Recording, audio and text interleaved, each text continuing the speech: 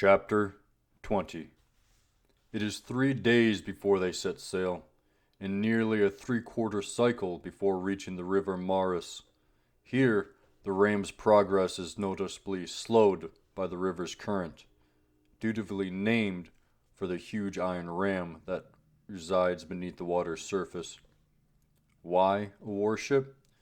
He is told the ship happened to be making rounds when the soldiers caught him. Is there a chance this is true? Yes. Does Rossner believe it? Not for a second. Not with his recent history. Every waking moment up until now, he has cursed Masra's name for leaving him to the mercy of the Venmarain. Rossner pulls at his bonds again as the memory returns, the skin around his wrists and ankles bloodied and raw. True, he has done it to himself, and continues to do it, but his anger is immense. How is he supposed to help Kedork now?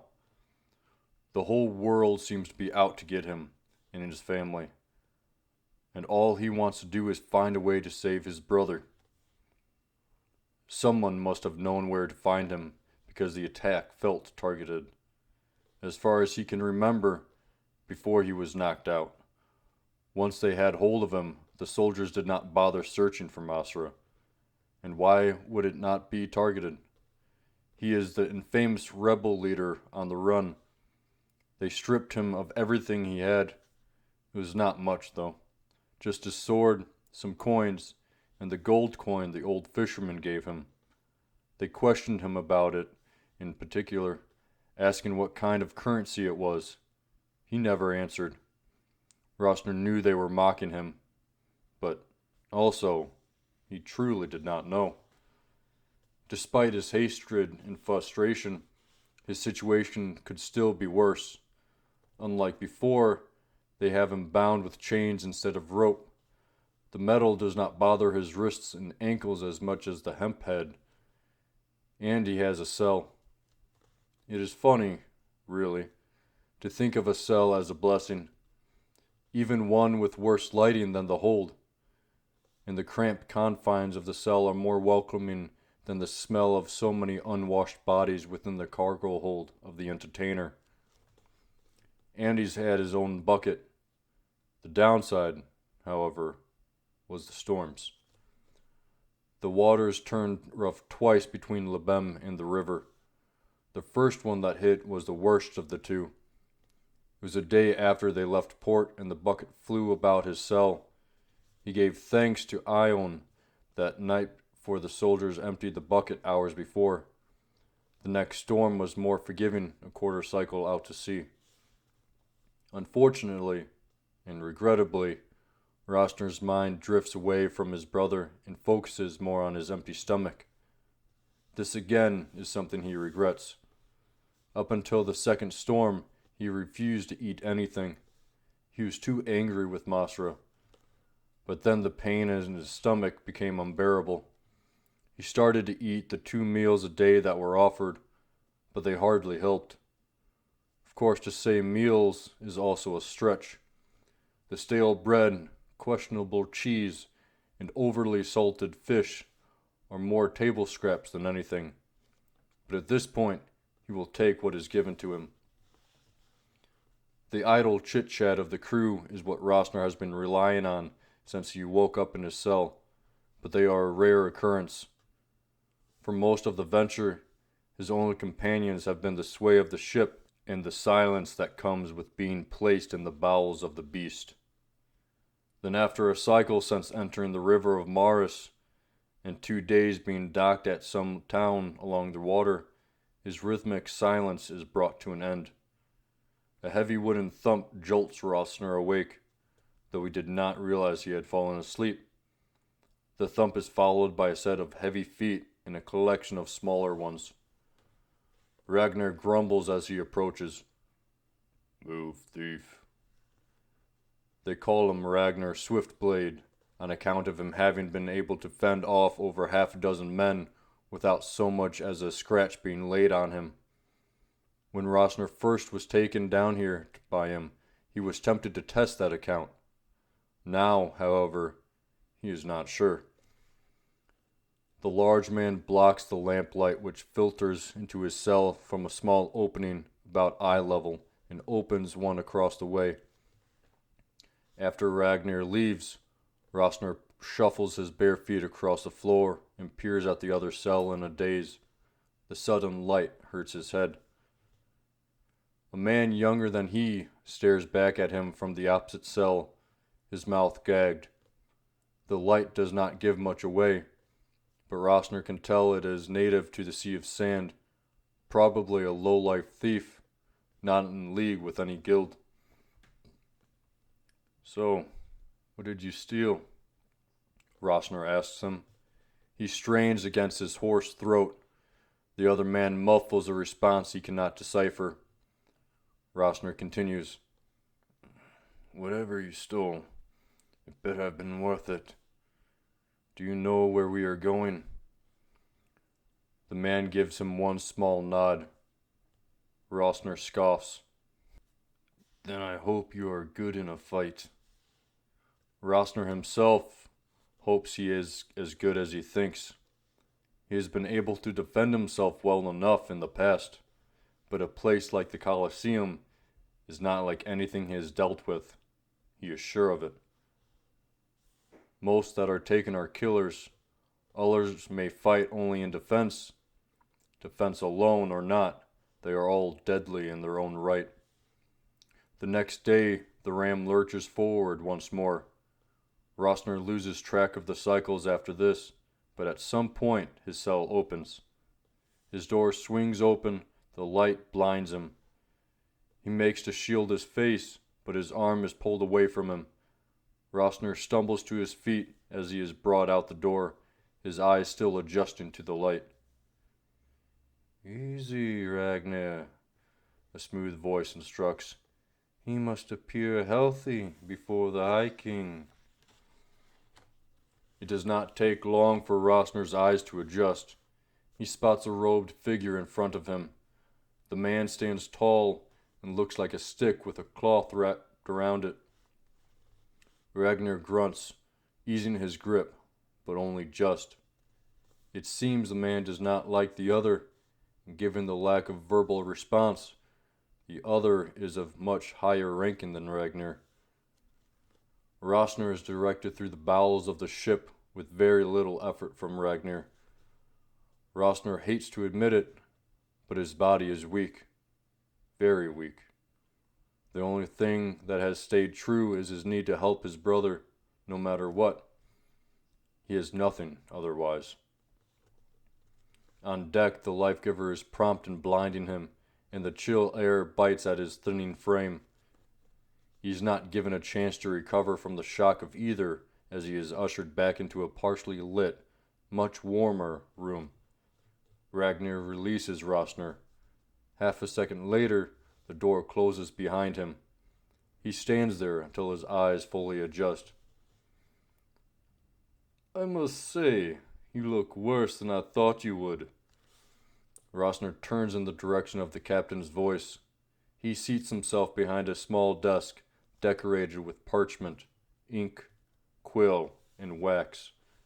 Behind him is the map of Omnimentus, its regions, and each region's capital, and every major hold labeled on it, along with bodies of water and mountain ranges. To the captain's left, and directly in front of Rosner, is glass stretching from one side of the room to the other. Beyond is the river of Maris. The Sea of Sand rests on the horizon to the west shore, and Croane to the east. In front of the glass rests what looks like a battle map. The right wall is decorated with the heads of different animals and various treasures. A door is set in this wall, to which Rosner assumes is the captain's bedchamber. "Why am I here?" Rosner manages. His voice cracks from lack of use. "The High King wants to see for yourself if stories of you are true," answers the smooth voice from before. The robed man appears from somewhere to Rosner's right, and it is all he can do not to flinch at the sight of him. From behind, He looks like a thin, bald man in a black robe with a high cowl and a gold rope tied around his waist. The front, however, is of another tale. Solid black eyes pressed close over a thin, hooked beak of a nose. His lips are non-existent, so Rosner finds it difficult to find his mouth and is surprised by the small size when it opens. I do not quite care for his decision, though I suppose my thoughts do not hold much interest. Rosner fixes his gaze on the man's forehead. Those eyes are too unsettling. What decision? The captain, Haran Goldkin, stands. To give you back your strength before we reach Kivorn. When Rosner raises an eyebrow, he adds, He requests to see you in good health. And how do you think to manage that? Rosner inquires, his words poisonous. They mock him, throw him in the bowels of this ship, and occasionally forget about him to wanting him in good health? It is disgusting. Hooknose answers, ignoring his tone. You will be given free rein of the ship. You will be treated as one of the crew. Why do I suspect there is more? The man looks at him with a crooked smile. I suppose you will have to figure that out. It does not take long to figure it out. He is dismissed promptly, following instructions to change back into his tunic and leather armor, and finds Ragnar standing by the door. Rosner takes a few steps, only to have Ragnar call him back and direct him back into the hold. It takes Rosner mere minutes to notice that the rest of the crew keeps their distance from him. Whether they talk idly or are involved in chores, no one acknowledges his existence, and he prefers it that way. But the real question is if it is because of him or Ragnar who follows him around. The work is menial since the ship is docked until Isturm passes across Omnimentus. In a few days, the water levels will be too low for the ship to safely travel up the river. So the plan is to wait until the middle of Ryomar to continue their journey. The wait will be 3 cycles, and as much as Rosner wants to flee, he has no guide. As much as he desires to save his brother, he has no clue where to begin, so he tends to the tasks handed to him, hoping something will show itself. Much to Ragnar's disappointment, the amount of labor he demands out of Rosner does not break him. In fact, despite the vigorous chores and ever-increasing harsh weather, with adequate sleep and respectable meals, after a few days he feels wonderful, full of energy, alive. Of course, he has to dial it down some so Ragnar does not ask more from him that he already does. And unlike the rest of the crew, Rosner is not permitted to leave the ship. The rest, however, rotate who is to stay and guard the ship and who can take their pleasure as they see fit. Most even take on jobs while they wait out Isturm's bitter touch. But whatever jobs they take, Rosner is not privy to. Not that he cares. If he can help it, he would rather not know any of them. He tolerates the lot with the hope of achieving his goals, but the longer he stays aboard the ram, the further out of reach they seem. Before he knows it, the snow is melting, and the river is on the rise. If not for him repeating Kadork's and Asra's name every night, he may have simply accepted he was part of the crew, and would have forgotten what drove him forward. Most of the ram crew has opened up to him during their stay as well, at least enough so that they can work efficiently. Unfortunately, it is nearly another 2 cycles before they even come within sight of the spine. A week after the sea of sand disappears from view. The razor-sharp peaks pierce the sky, disappearing to his left and right as if they had no end. The Life-Giver settles over Greeman, giving the people of the far side of Croane the first taste of nightfall. The eyes of Pirelios, Not 3 days till the black night looked down on them with the gaze of a lazy beast that seeks to rest. They are faint now, but Rosner knows they will shine bright once the life-giver disappears. Like clockwork, once the life-giver kisses the land, Ragnar escorts Rosner to one of the few guest cabins aboard. It is not much to look at, having only a small hammock with a nightstand and candle, but it sure beats sleeping curled up on the floor. His lullaby, of course, is the locking of the door from the outside. It may be a nicer room, but he is no crew member. He is still a captive. Once the mountains are in sight, it is another 2 3/4 cycles before the ram enters the mountain range, and another 2 1/4 before they enter Cavorn. But a half cycle prior to them entering the city, the weather came in force. Once again, the crew of the ram found themselves at the mercy of a storm. The river was precariously low, and if not for the ram, the slowly forming ice would have stalled them.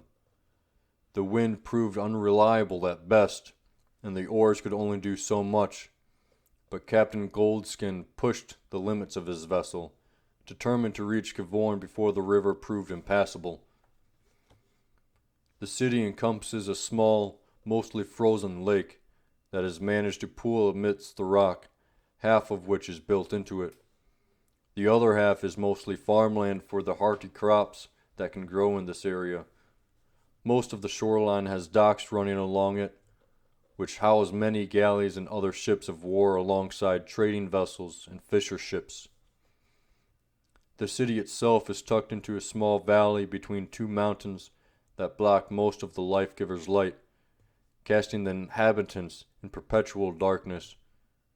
And in the middle of it all, above the watchtowers along the valley floor, stands the castle, with its notorious domed ceiling, and the only structure to capture the receding light of the life-giver as she leans in to kiss the land.